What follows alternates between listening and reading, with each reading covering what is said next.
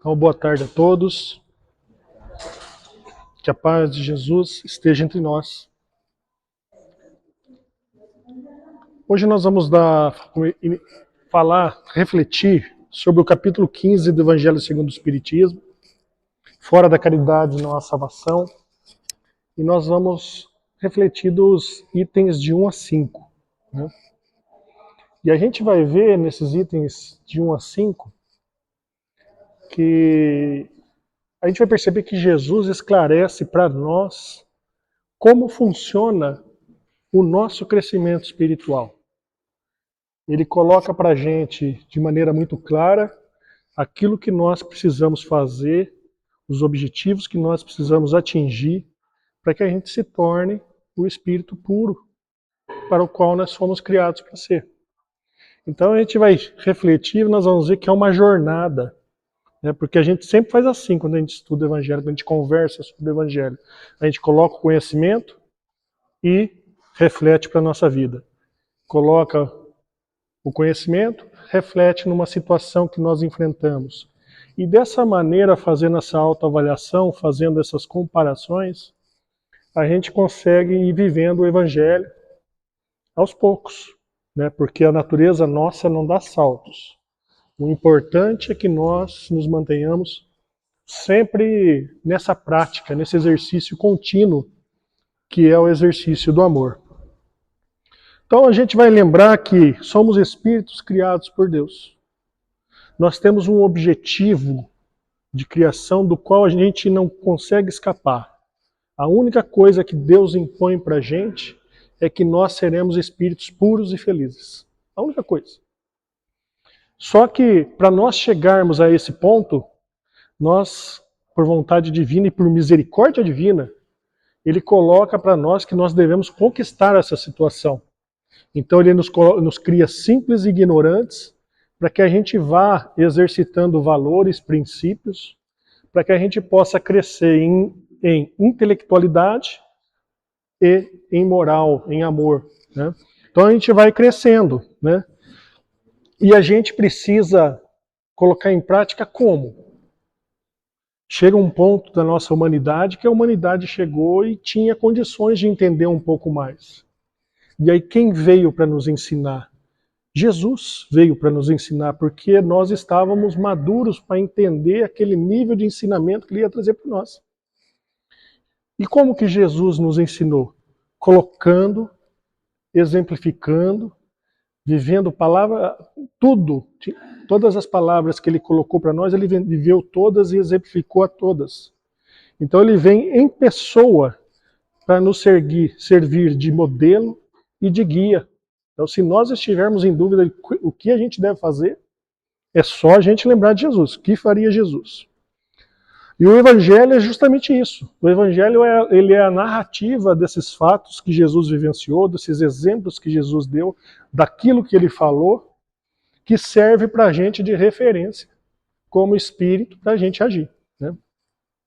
Então, no item 1 e 2... né? A gente vai passar por eles rapidinho, porque é muito importante a gente citar esses dois itens. Né? O primeiro a gente vai achar em Mateus, capítulo 25, do 31 ao 46, e o segundo a gente vai achar em Lucas, no capítulo 10, do 25 ao 37. No capítulo 1, no item 1, Jesus fala que o Filho do Homem iria chegar na sua glória, né? E ali sentado no seu trono dividiria as pessoas entre a sua direita e a sua esquerda. Né? E eu vou contar meio rapidamente porque são longos os trechos.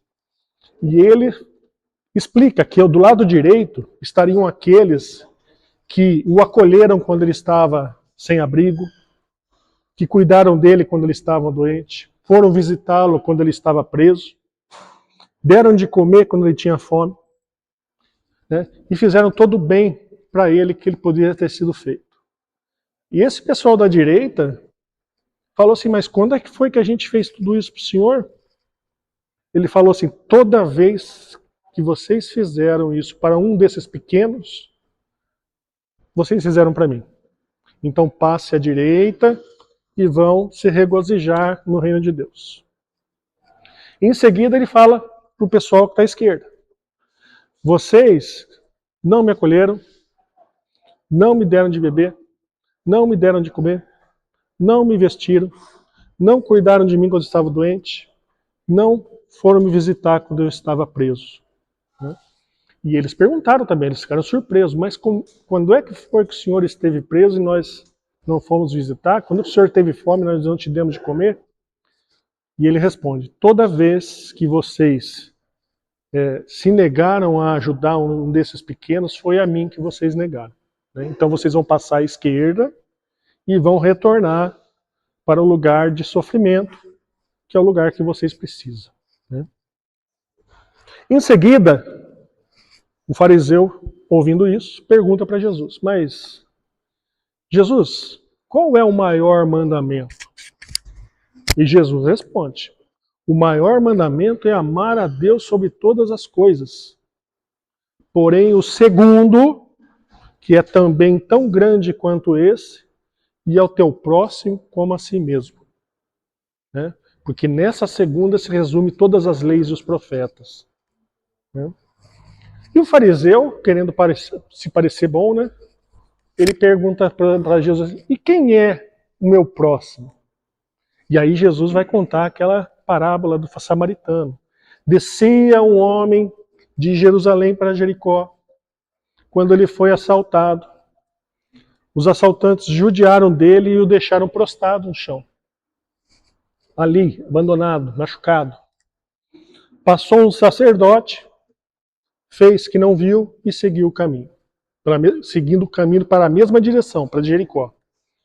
Veio o outro, que era um levita, também seguindo para Jericó, fez que não viu e passou direto também. Mas um samaritano que vinha de Jericó para Jerusalém, esse não fingiu, ele foi e acudiu o homem que estava ali prostrado ao chão.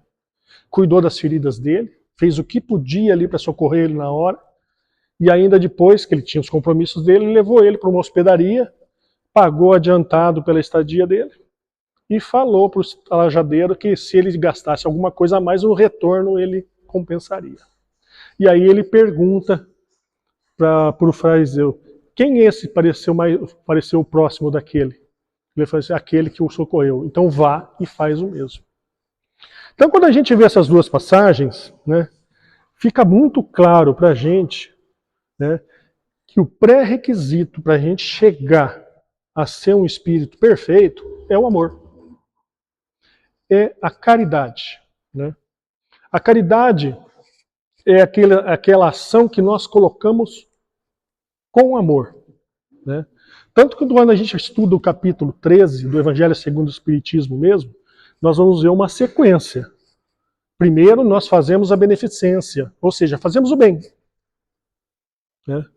E aí, fazer o bem, muitas vezes a gente faz o bem até sem amor. A gente faz o bem, às vezes, por obrigação. E Joana de Ângeles nos fala, faça o bem nem que seja por obrigação. Só que de fazendo o bem ali, perseverando nesse exercício, o que acontece? Nós começamos a desenvolver em nós a piedade. Que é o quê? Sentir a dor do outro. Olha só como já está mudando o sentimento da gente. E com o tempo, perseverando ainda no exercício, essa piedade se transforma em amor. Então, Jesus coloca para a gente que, para a gente chegar e merecer esse reino dos céus, o pré-requisito é a caridade, é o amor. E como é que nós vamos exercitar isso? Hoje, por exemplo, nós não sabemos amar como Jesus ama. Às vezes, um espírito que ama, a gente vê exemplos, um espírito que ama mais do que os outros sobressai, Irmã Dulce, Chico Xavier, Madre Teresa. Para nós, como sociedade, a coisa é tão difícil de acontecer, da gente conseguir fazer isso ainda, que esses que amam só um pouco a mais se destacam. Então, olha só o quanto que a gente tem que crescer. Mas como é que a gente faz para crescer? Perseverança, exercício do bem, servindo ao próximo, se colocando dentro daquilo que a gente consegue fazer, dentro daquilo que nos é possível. Hoje eu posso apenas orar pelo meu semelhante. Ore, mas ore com amor. Amanhã eu vou conseguir ter 2 minutos para o meu semelhante. Tenha esses 2 minutos com amor. E assim a gente vai percebendo que a gente vai crescendo em capacidade e vamos nos exercitando cada vez mais. Então, essa condição do amor, a gente vê que Jesus deixou ela muito bem claro e que ele não citou em momento nenhum, sendo daquela religião, desse estado social, daquela casta, não. O importante é fazer o bem. O importante é a gente servir ao próximo. Se a gente é da religião A, religião B, nós responderemos pela nossa consciência depois, de acordo com os conhecimentos que nós recebemos dessa religião. E nós vamos seguir a partir daí, fazendo o nosso exercício. Viremos outras vidas. Viremos outras vidas e exercitaremos o que estava faltando. Então a gente vê que é uma necessidade da gente ir fazendo esse bem, exercitando o sentimento. Muitas vezes a gente ouve falar, se não faz com amor não vale nada. Realmente, se a gente não faz com amor, não atingiu o objetivo. Mas se a gente perseverar no exercício, a gente vai chegar lá. Então é importante a gente perseverar no exercício. Nesses exemplos que Jesus colocou, a gente vê, ele coloca muito claramente uma compensação. Naquele um que simbolizava um julgamento, ele fala, esses que estão à direita, passem e vão para o reino de Deus. Mas o que é ir para o reino de Deus?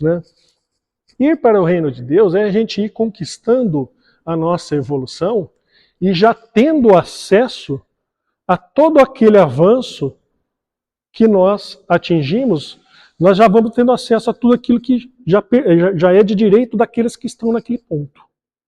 Porque justiça divina, misericórdia divina funciona assim. Se nós fazemos o bem constantemente naquele nível, nós já estamos sintonizados com o bem equivalente daquele nível. Se nós nos predispusemos a fazer o bem, estamos perseverando, nós estamos granjeando para nós amizades espirituais. A gente faz o bem, a gente não sabe para quem está fazendo bem, mas aquela pessoa também não está sozinha. Aquela pessoa tem os amigos dela. Nós temos os nossos amigos. Então nós, quando a gente vai mudando esse sentimento, a gente vai crescendo nesse sentimento de amor, de piedade, de amor, a gente vai sintonizando com esses bons espíritos, que começam o quê? A nos inspirar os pensamentos diante das situações da vida. E aqui é importante a gente dizer o seguinte, fazer o bem, fazer a caridade, não vai tirar os problemas da nossa vida. Os problemas da nossa vida são os remédios que nós precisamos para crescer. A gente tem um problema, a gente se movimenta para sair, a gente usa a inteligência, a gente usa a força, a gente vai se dedicar para lutar, para vencer aquele problema. Então, o problema na realidade é remédio. Agora, fazendo o bem, o que acontece? Nós estamos permeáveis, a gente pode receber essas inspirações desses espíritos com suas sugestões. Como é que a gente resolve isso? Eu estou meio tristinho. Eles vêm, nos ajudam, nos fortalecem, nos incentivam, nos motivam. Então veja como a gente vai se beneficiando do bem que a gente vai fazendo. E a gente nem sabe o desdobramento que isso vai ter no futuro. Porque o Emmanuel fala assim, que o bem que nós fazemos será nosso advogado em toda parte. Então a gente pode ser que esse bem que a gente faça hoje nos ajude amanhã, daqui 100 anos, daqui 400 anos, por conta desses laços que nós vamos fazendo com essas pessoas. Ou seja, nós vamos crescendo espiritualmente, nós vamos nos ligando com mais pessoas boas, isso vai nos ajudando também, né? Por outro lado, ele menciona para aqueles que estão na esquerda, né? Ele fala assim, do lado esquerdo dele, né? Ele fala assim, vocês vão para o inferno, vocês vão voltar para onde tem sofrimento. Mas vamos lembrar que para o povo daquela época, eles eram um povo muito ainda rude, eles precisavam de imagens fortes para entender o que era a necessidade, né? Mas não, Jesus não estava falando daquele inferno que as religiões colocaram depois como um lugar de sofrimento, eternamente lá, não, nada disso. Nós sabemos que o inferno é um estado de espírito, né? Se a gente está numa tristeza muito grande, a gente está vivendo um inferno, né? Mas o que Jesus quis dizer com o inferno nessa situação, né?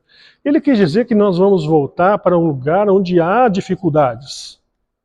Onde que é o lugar que há dificuldades? Planeta Terra, planeta de provas e expiações, encarnação. Nós voltaremos do plano espiritual para o plano material para vivermos a vida, vivermos as experiências que elas vão nos trazer, para que a gente possa se mover e aprender aquilo que a gente não aprendeu ainda. Então, Jesus coloca dessa maneira, porque Deus não pode castigar a gente eternamente. Porque Ele é um Pai amoroso, Ele não nos criou para a gente ser espírito puro. Se Ele vai nos castigar eternamente, esse objetivo não atinge, não tem sentido, né? E sem dizer que Ele é infinitamente bom e justo, né? Então a gente vai voltar para a encarnação até que a gente aprenda. Por isso que a encarnação ela é às vezes complicada. A gente passa por diversos problemas. A gente vai viver essas experiências que vão nos levar ao crescimento espiritual, né? E na sequência, né, o que Kardec coloca? Kardec coloca justamente a mensagem do bom samaritano, a história do bom samaritano. Então Jesus apresenta o critério, depois ele dá um exemplo de aplicação, né? Então o sacerdote e o levita, eles eram quem? Eles faziam parte dos judeus, do povo judeu, né? O sacerdote, ele era de uma casta superior, porque ele servia lá dentro do templo. O levita também era de uma casta um pouco superior, porque somente os descendentes do irmão de Moisés, Arão, e os levitas podiam trabalhar no templo, né? Então, ou seja, eram duas pessoas que conheciam as leis, conheciam as verdades, né? E eles não praticaram. Daí vem quem praticar praticar a caridade? No sentido oposto, vem aquele que era discriminado, o samaritano. Porque teve uma confusão lá entre os judeus e os samaritanos, porque os samaritanos eram acusados de se envolver com os gentios, de fazer outras práticas. Então o povo judeu não gostava deles por causa disso. Então eles segregavam o samaritano. Usavam até o nome samaritano para ofender um ao outro. Mas Jesus usa dessa imagem justamente para mostrar o quê? O sentimento. Porque aqueles dois, primeiro lá, eles não sabiam de todas as leis? Eles não estudavam tudo, ensinavam até? Né? Mas eles não praticaram. Quer dizer que não adianta só saber. Só saber nos ajuda no exercício do discernimento. Isso é certo, isso é errado. Mas a escolha em si é que manda, né? Então, a nossa ação no bem, o nosso amor empregado de acordo com o que a gente aprendeu, é isso que faz a diferença, né? Então a gente pode fazer o quê? A gente pode saber tudo, pode vir aqui fazer uma preleção. Se a gente não souber, não viver aquilo que a gente fala, é só exercício, não atingiu o objetivo ainda. Então, Kardec ele coloca de maneira muito interessante isso, justamente para embasar aquilo que Jesus falou ali atrás, com aquela imagem do samaritano, do julgamento, né? Ou seja, a gente realmente se envolver com o nosso próximo pensando com amor, né?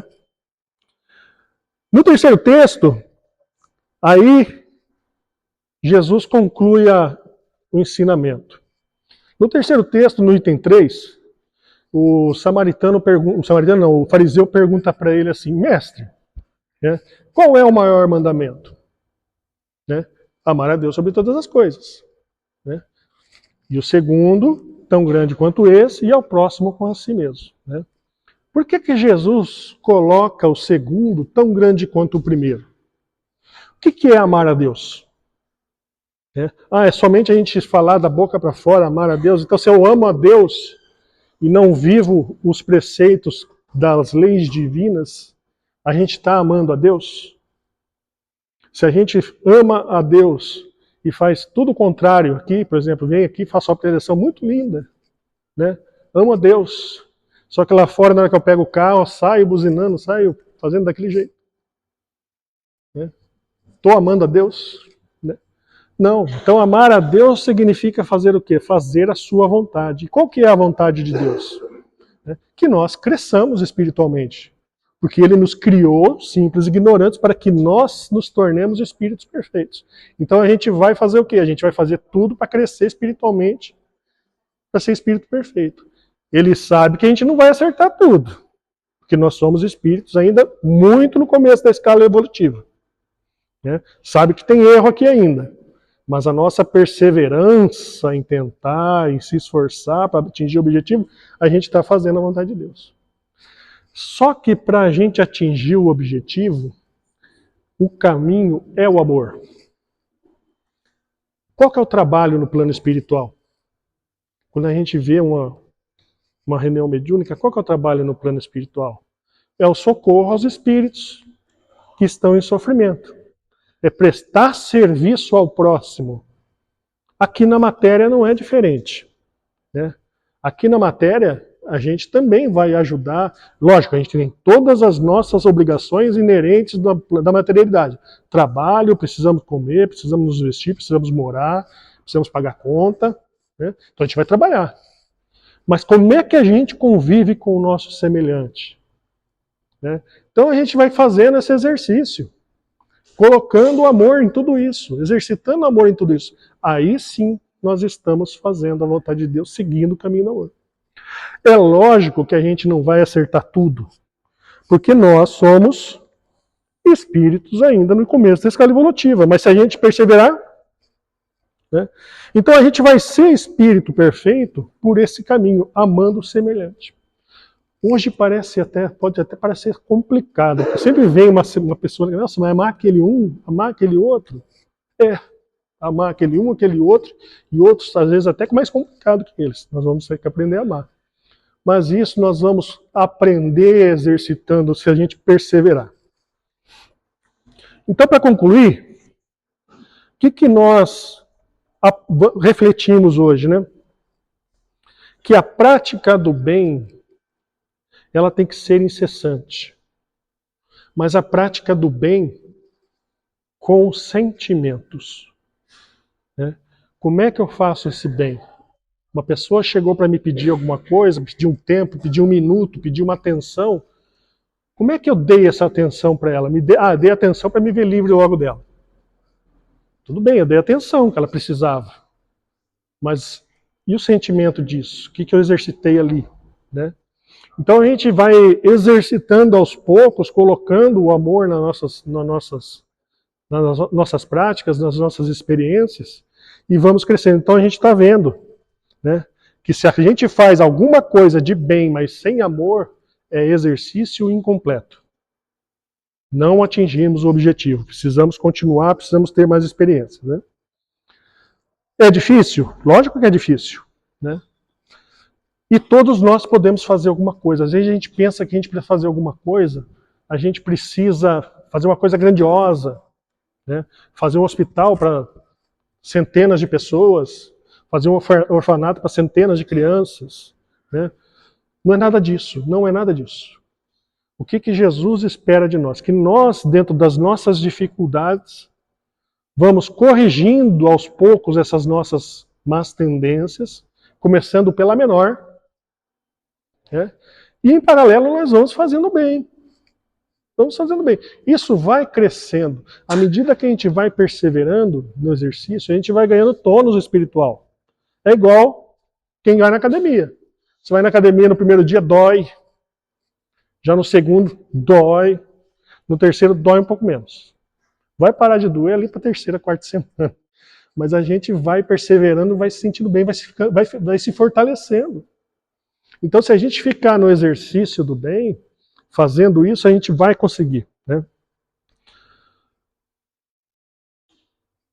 A sintonia com os bons espíritos é o grande pagamento que nós recebemos de tudo bem que nós fazemos. Né? Pagamento feito de coração, uma boa ação feita com uma boa vontade, com bom ânimo. Nós elevamos nosso padrão vibratório. Nós conquistamos, nesse padrão, o direito de conviver com espíritos que estão em situação melhor do que nós, que vão nos ajudar, no bom sentido de nos influenciar, nos fortalecer para os embates da vida. Né? E nós não estamos sozinhos. Né? A gente sempre fala, né? Se a gente passa por dificuldades, estamos passando pela grande provação que nós precisamos passar na nossa vida. E às vezes a gente passa por várias na nossa vida. E às vezes a gente se sente sozinho, né? Por conta daquela dor que está doída, daquela saudade que não passa, daquela doença que nos visita, né? Mas no plano espiritual, nós temos muita gente querendo nos ajudar. Muita gente que simpatiza conosco. E a ação no bem, a ação ao próximo, né, ela nos ajuda a tornar o nosso pensamento permeável a essas inspirações que vêm do plano mais alto a nos fortalecer, a nos ajudar a nos manter no bom caminho. Então nós não estamos sozinhos, nunca estamos sozinhos.